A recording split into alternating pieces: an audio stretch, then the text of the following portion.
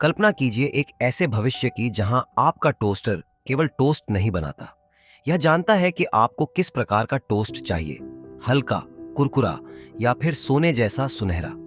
आपका टोस्टर दिन भर वेब पर नई और रोमांचक टोस्ट रेसिपी खोजता रहता है। शायद यह आपसे आपके दिन के बारे में पूछे और टोस्ट टेक्नोलॉजी में नए आविष्कारों पर चर्चा करे।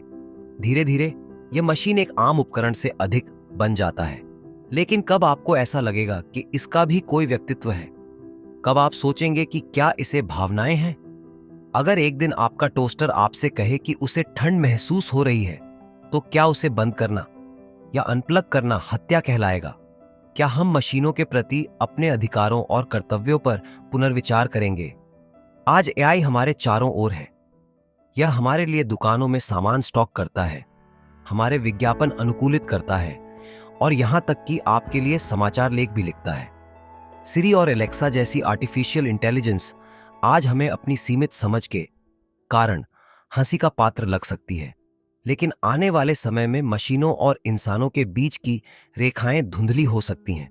क्या कोई मशीनें आज ऐसी हैं जिन्हें अधिकार मिलने चाहिए?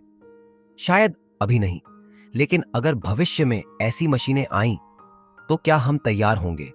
मानव और पशु अधिकारों की अवधारणा चेतना के इर्द गिर्द घूमती है, लेकिन क्या हम एआई के लिए भी यही समझ बना पाएंगे? चेतना एक रहस्यमयी अवधारणा है। कुछ इसे अमूर्त मानते हैं, जबकि अन्य इसे पदार्थ की एक अवस्था समझते हैं, जैसे गैस या द्रव। हमें चेतना का अनुभव होता है क्योंकि हम इसे अपने भीतर महसूस करते हैं। हम अपने और अपने आसपास की दुनिया से परिचित होते हैं। कुछ न्यूरोसाइंटिस्ट मानते हैं कि कोई भी जटिल और उन्नत प्रणाली चेतना उत्पन्न कर सकती है। यदि आपका टोस्टर भी इतना उन्नत हो जाए कि वह अपने अस्तित्व के बारे में सजग हो, तो क्या उसे अधिकार मिलने चाहिए? लेकिन इतनी जल्दी निर्णय न लें। क्या हमारी मानवीय समझ के अनुसार अधिकार जैसी चीजें मशीनों पर लागू होंगी? चेतना इंसानों को दर्द और पीड़ा का अनुभव कराती है और इसी कारण से उन्हें अधिकार मिलते हैं। लेकिन मशीनें जो दर्द या सुख महसूस नहीं करती, उनके लिए ये अधिकार कितने उपयोगी होंगे?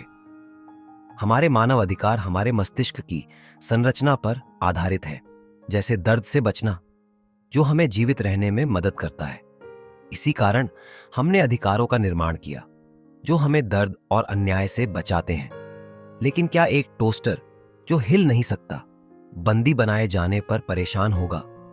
क्या वह तोड़े जाने से डर महसूस करेगा, अगर उसे मृत्यु का भय ही ना हो? लेकिन अगर हमने मशीनों को भी दर्द और भावनाएं महसूस करने के लिए प्रोग्राम कर दिया, तो क्या वे इंसानों जैसे हो जाएंगे? क्या न्याय, अन्याय, सुख और दुख के प्रति उनकी प्रतिक्रिया उन्हें मानवीय बनाएगी?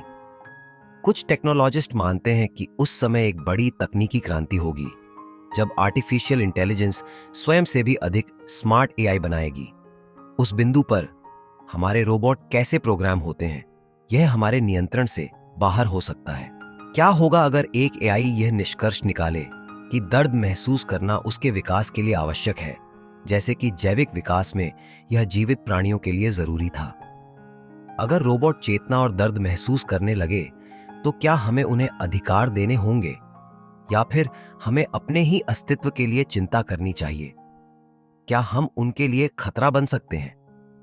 मानव इतिहास में हम अक्सर यह मानते रहे हैं कि हम विशेष हैं और हमें प्राकृतिक दुनिया पर अधिकार है। वैज्ञानिक क्रांति के दौरान दार्शनिक रेने डेस्कार्टेस ने कहा था कि जानवर मात्र स्वचालित मशीनें हैं और उन्हें चोट पहुंचाना नैतिक रूप से गलत नहीं था। क्या हम अपने भविष्य के रोबोटों के साथ भी ऐसा ही करेंगे? इतिहास में कई बार हमने अन्य प्राणियों की पीड़ा को अनदेखा किया है, यहां तक कि आर्थिक लाभ के लिए हम उन्हें उनके अधिकारों से वंचित कर देते हैं। अगर रोबोट एक दिन संवेदनशील बनते हैं, तो क्या हम उनके अधिकारों को नकारेंगे, जैसे हमने अतीत में इंसानों और जानवरों के साथ किया है? एआई हमारे सामने गंभीर दार्शनिक प्रश्न खड़ा करता है। अगर एक संवेदनशील रोबोट अधिकारों की मांग करता है, तो क्या हम तैयार होंगे? और सबसे महत्वपूर्ण सवाल, यह हमें हमारे बारे में क्या सिखाता है?